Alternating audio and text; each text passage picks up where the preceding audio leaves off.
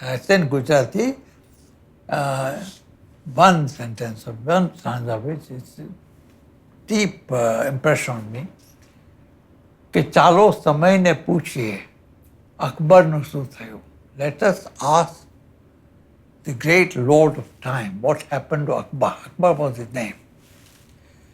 ચાલો સમયને પૂછીએ અકબરનું શું થયું. કબરોમાં ક્યાંય એની કબરનો પતો નથી. In the graveyard, in the cemetery, we see so many kabristan. But we can't find the kabar of Akbar. So I developed a poem, ke Bali Alpatanu Mane Gnan Che. Meaning, my insignificance, of my insignificance, I know the most. What is my insignificance? જીવી રહ્યો છું, થવા રાખ થોડી. જીવી રહ્યો છું means I continue to live, but only to become a mound of ashes. And I written to other, for her, I written, Chhevat લગી વિટંબણા સમજો નહીં. Until the very last, I didn't understand the complexity of things. Chhevat લગી વિટંબણા સમજો નહીં. હું ઉઘાડું દ્વાર, the door which is open. હું ઉઘાડું દ્વાર, ખખડાવી રહ્યો. I used to knock at the open door. Until the very last, I didn't understand the complexity of life. And Khalifa Sahib used to say, he had a beautiful Makta, last name, in Gujarati again. He said, Verin age verni jag hoy che, had hoy che bandhu. Hey brother, there is a limit to human vengeance. That's the first line. Verin age verni had hoy che bandhu. તું વ્યર્થ લગાડે છે હવે આગ કફનમાં. Unless it is absolutely futile to put fire to coffin, to grave. You can't do that. There must be limits even to vengeance. And that slightly haunts me even today. What are the limits to justice, we ask in Rome? Where should justice begin and end? And we now ask, where should vengeance begin and end? And they answered this question in South Africa very well. And you know what? Tutu, Desmond Tutu, great man. I know him well. I used to know him. Archbishop Desmond Tutu was the head of the commission. And when he was fighting shoulder to shoulder with Mandela for independence against apartheid,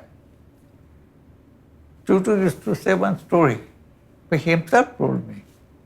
He said, you know what happened, how to describe colonialism. You take hours to describe what it is. I can say it one example, one sentence, that the Bantus, the South Africans, were asked to fold their eyes, close their eyes,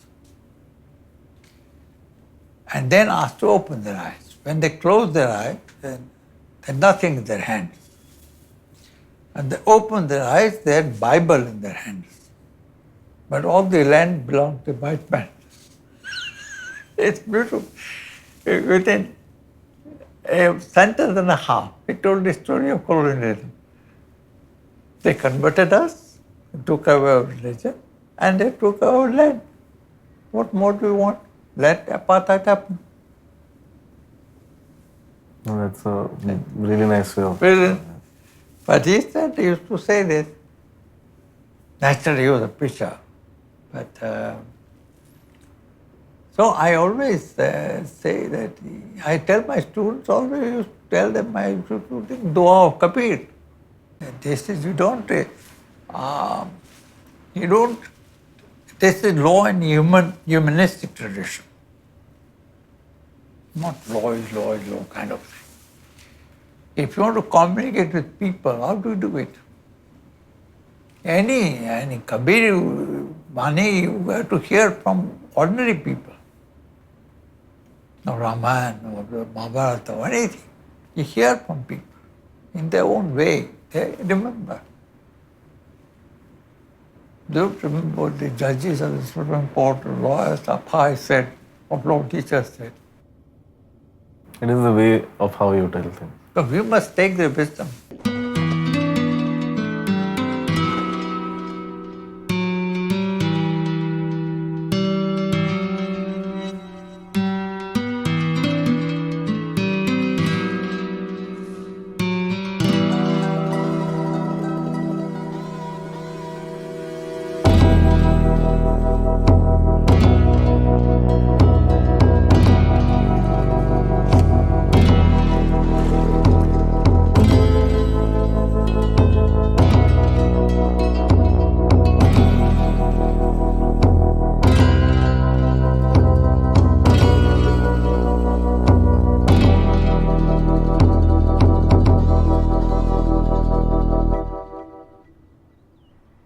Hello, sir. Welcome to Behind the Bar, and thank you so much for accepting our invitation. So, sir, my first question to you is, do you think of yourself as a philosopher first or as a legal thinker first? Oh, well, Alicia, it's nice to see you, and I fancy myself as a legal thinker. And I just rediscovered a chap called Leon Dupuy, who's a French philosopher of law, and who says you must look at a good enough reason why to bind the state with the obligation which society can impose. And the answer should not be a moral one. It should be legal one. And he finds the answer in social interdependence. So I'm a maverick. I look at the people who are forgotten and long dead for answers to some modern problems. Okay, sir. So when you were a student, which was your favorite subject when you were studying?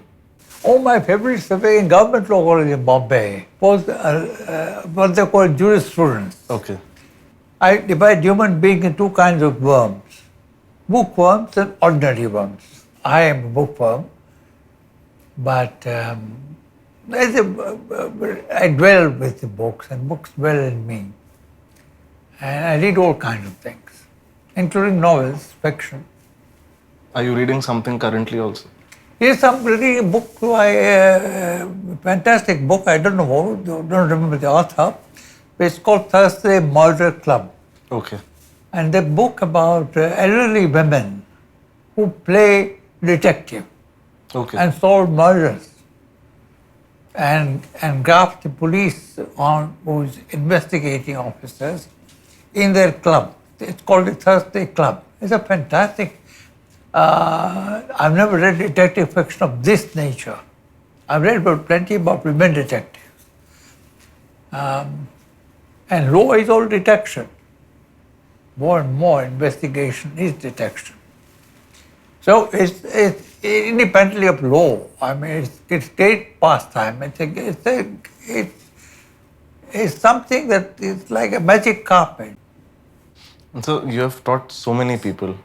Who, if I ask you, who is one of your favorite students, if you could think about it? Oh, I've taught many parts of the world. It's a very difficult question. And it's very difficult to select a favorite student. But I have a number of students who have become academics. And the first batch of students who did empirical research in law. And they themselves become law teachers. Amita Danda worked on the first time on the mental asylums in India. And Ved Kumari, who is now the Vice Chancellor of Odisha University National Law School, empirical research in law was unheard of. So I'm a generation of people who have gone into that kind of work, which I later realized was very good, but the problem was there were no takers in the law schools. Many of whom do remember us as teachers.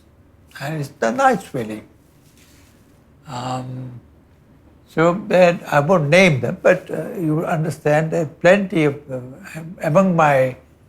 among the students who distinguished themselves were Dhananjay Chandrachud, for example. He went to Harvard.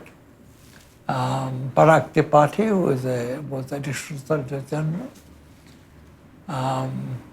Madan Lokur, Justice Madan Lokur, was teaching in the law school as a part-time teacher. A number of people. John Sikri was our president of the Student Union and law faculty, and went to become the youngest High Court judge and had a very distinguished career in the Supreme Court. So there are plenty of good people who have followed law and tried to expand its frontiers. And that's the good thing. Yes, sir. And so when you were teaching, did it ever come to your mind that you want to become a lawyer, or it never came to your mind? No, it never. I did produce lawyers, but I didn't aspire to be one, because so my thinking was about law and not of law. Lawyers, Jeremy Bentham, the 17th century British philosopher of law, used to say law is made by judge and the company.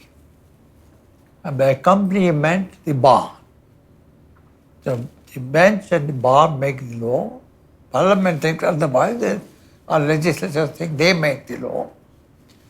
People make the law, films make the law, or media trial you heard about. Everybody makes law, but authoritative law, as we know it, official law, is made by bench and the bar.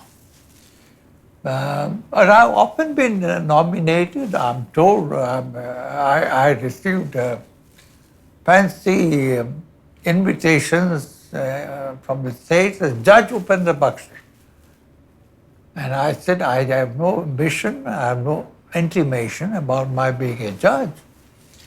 But apparently some judges called me brother unofficially and gave the impression that they are nominating me in the Supreme Court or something. There is a provision of jurists, but that's virtually dead, because now 75 years and no jurist has been appointed to the Supreme Court. That's a state of affairs which needs to be remedied. But many distinguished chief justices have told me personally that they experience a difficulty in appointing a law teacher to the bench for a simple reason, that the court is not a specialist court.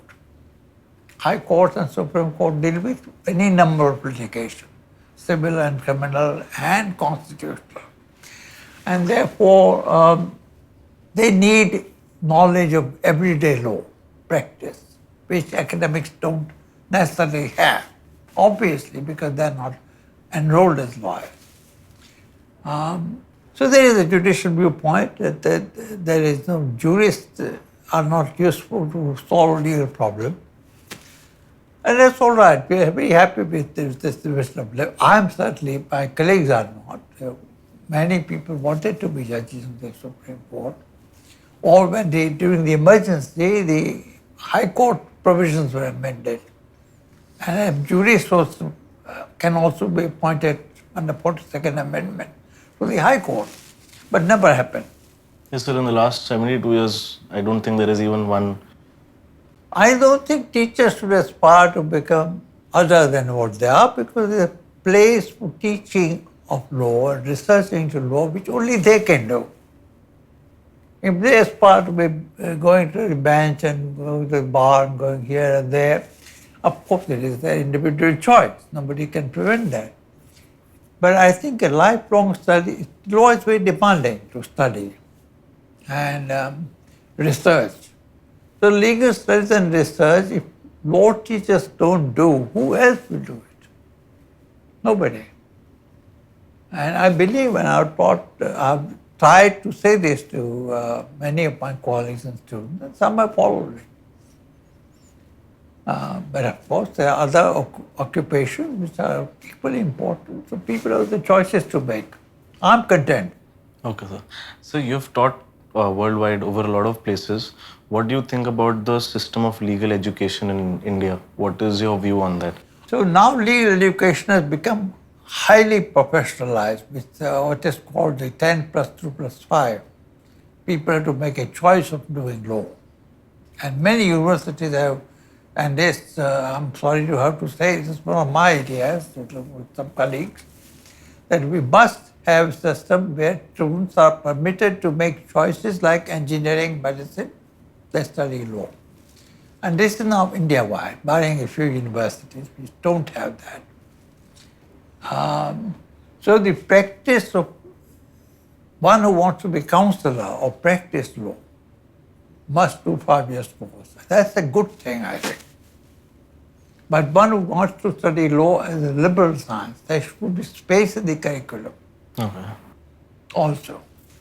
And 3-year course, they ideally designed, or some universities give 2-year course, which is not allowed for practice, called BA in law, which is also very good, because there must be, law is a humanistic discipline, not just meant for advocates. And so, like we were talking about, like when COVID had happened and the digital learning era had started. So, how important do you think is the influence of a law teacher on a student? And what would be your message to the law teachers who are actually teaching the students today? Well, I am nobody to give anybody any message. I don't believe it. I think giving message is a feudal institution. And teaching law is creating a society of equals. So there is no higher law or senior, junior in teaching. Everybody comes new to teaching. Teaching is art as well as science. So I have no message, but I do suggest people that they must have a passion for legal learning, both students and The teachers. And unless you have that passion for legal learning, where you're willing to burn the midnight oil, you may be a law teacher, but it's not good enough. I used to, in Delhi University, I used to tell my colleagues that there are 2 kinds of colleagues I have. One is payroll colleagues. And that's not, that's everybody is in the payroll of a university.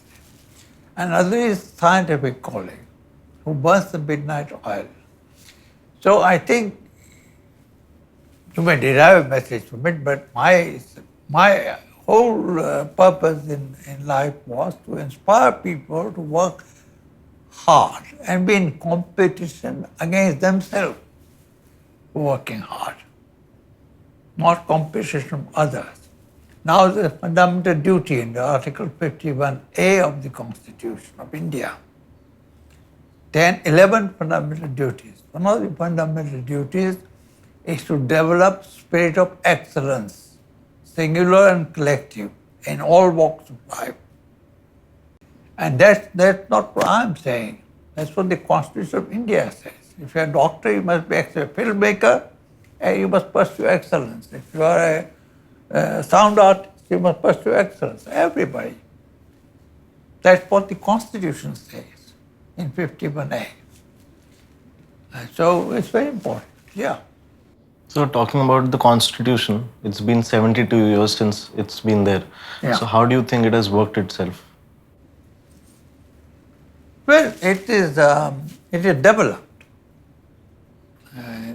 according to changing circumstances. Like law develops, a great jurist called Dean Roscoe Pound, he used to say aphorisms, and he said, law must not stand still.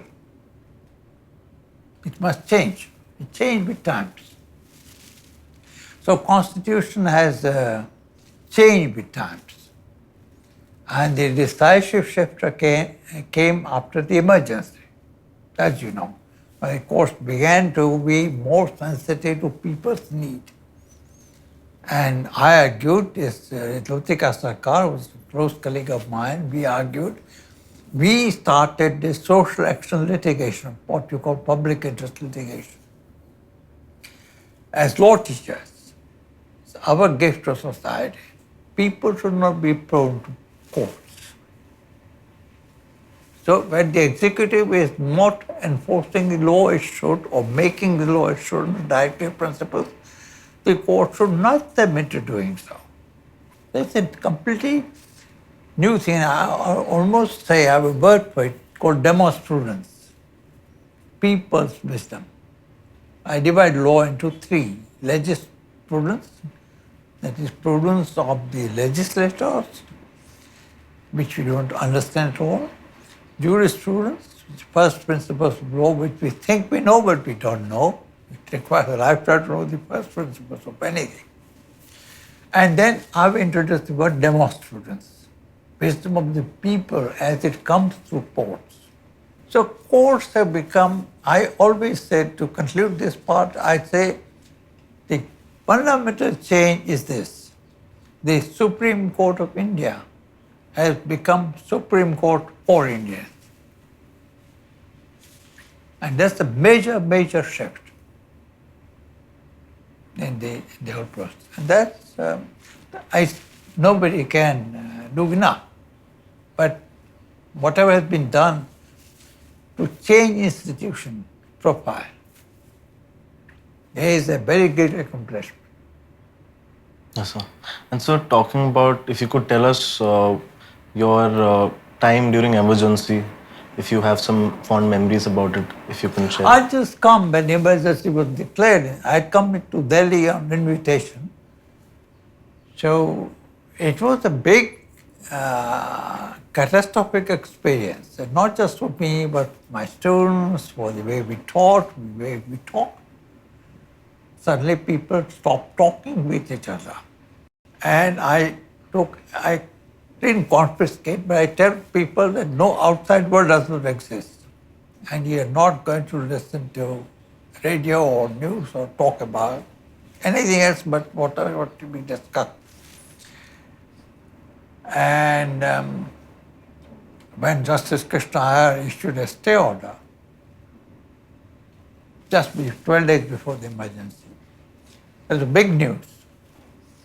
And then after, in the evening, I told them. Till the day, they did not know it.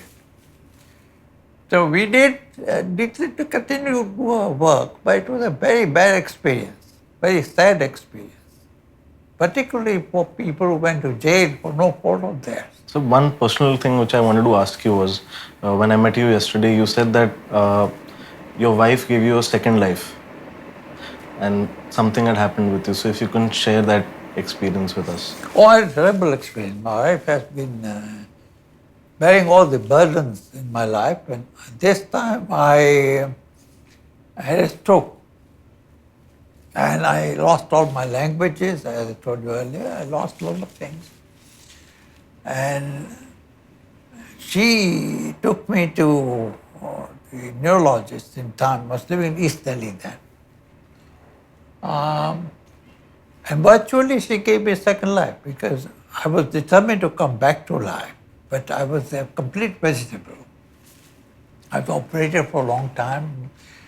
She nursed me to, I don't know how she did it. I can't do it, but she did it. She got inner strength. She's herself a lawyer, and she has done yoga teaching and yoga philosophy.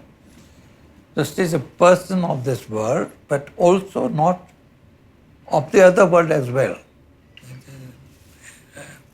So she nursed me back to health. After 6 months, I fought against myself, against, there's a great poem by song by Dylan Thomas.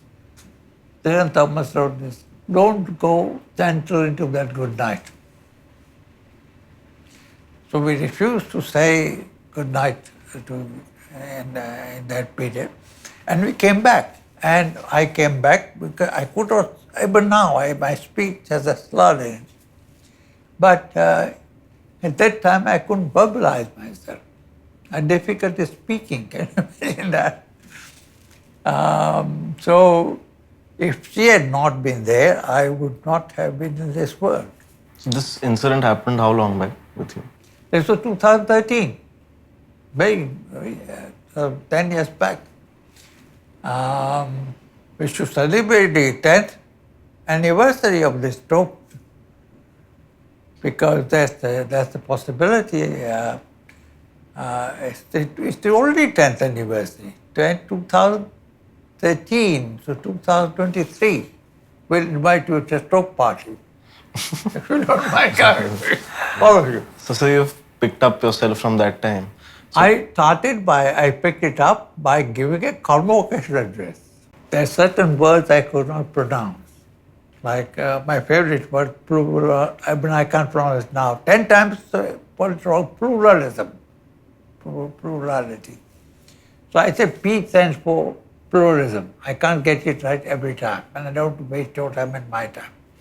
So I abbreviated certain words, but rest of words I spoke. It was difficult, so I went through a very bad time. But thanks to her. So now, what is your plan ahead in life? What is something that you want to do? What is something that is keeping you up? Oh, there is lots to be done, lots to be done. I write a lot, but I write when I have to say something which people understand and people begin to think. That's my whole idea. So I write for the newspapers, which is harder to write than writing for the legal audience. But so I have no plans. I should probably stop writing. But people are doing my bibliography. My daughter said, "Stop writing. I can't keep up with you. If you write so much, then obviously you're going to be less read. Because people can't keep up. There are other things to do in life, and there are better things to do in life than just reading somebody else." So I would be, my life ambition at the end of life is to be one of the least read human being in world. I want to achieve that distinction. So why do you want to be the least? Because that's the distinction in itself. That you write but nobody reads. And India is a wonderful country. I always used to tell my class, it is a wonderful country. You have freedom of speech, but nobody is under a duty to listen. So as it is, freedom exists within censorship. You know that. You make films, so you know that. It's what is left out of censorship is your freedom, actually. It's not the other way around. It should be the other way around. That free speech should expand and censorship should be less. But it's the other way around. So it's the duty to listen. And when Gorbachev was, for a small time, he changed the Soviet Union and became Russia. You know, the first law that Gorbachev enacted was a simple Russian law. It said, right to reply. Every citizen must reply from the government bureau or secretary or whatever person, or whatever the question is. Every citizen is entitled to a response, and an intelligible response. We have a right to Information Act, but a lot of information can be given. Some information commissioners are not appointed on time, and all kinds of. And now this is very important for participation. So we should stop being a wonderful culture. We should develop certain mechanisms of accountability. Power there must be, and there has to be plenty of power. But every power should be accountable to someone, and that someone is ultimately a citizen. I often describe the Constitution. You asked earlier. A constitution is a congregation of co-citizens. A citizen does not exist in isolation. She always exists in relation to the other. C.K. Daftari, great lawyer, used to say, with a twinkle in his eye, Chandubai as we call him, he used to say, I like the word republic because there's pub in it. Right? Lawyers, Indian bar is not given much to humor, but Chandubai had this. He always said with twinkle. And there are very few lawyers and judges who have sense of humor. So laughter, they say, is the best medicine. But congregation of citizens is the Constitution. So, talking about the Constitution, it was one of your works where you had said that secularism is mentioned in the Constitution, but there is no definition to it. And that's why I wanted to ask you that what do you think is the definition of secularism and how close India is to being secular? Well, India was a secular constitution from the beginning, although the word did not appear. Yes. The word came, as you know, in the 42nd Amendment. The preamble was amended to say socialist secular republic. But we always consider secular in the sense of, at least in one sense, all religions were to be tolerated or accepted as equal. Because religion is ultimately a relationship not between state and citizen, but oneself and one's God. Hansa Mehta was the constitution maker. She went to UN for the declaration, drafting the Declaration of Human Rights. And they wanted the word Christian God. He mentioned in the document. And she fought like a tiger. She said in India, and they're making the constitution then, we have the same debate. And she said, in India, we recognize the freedom of religion, freedom of conscience, and freedom of religion.